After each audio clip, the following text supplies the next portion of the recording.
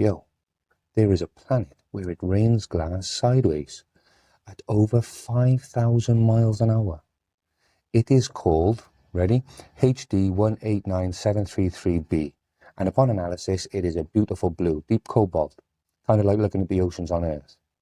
That blue is not ocean, it is silicate particles in the atmosphere, or glass, and because the planet is so close to its star, the winds tear around it thousands of miles an hour. So the glass doesn't fall, it flies sideways. This very pretty planet is effectively a giant sandblaster. Wonders of the universe.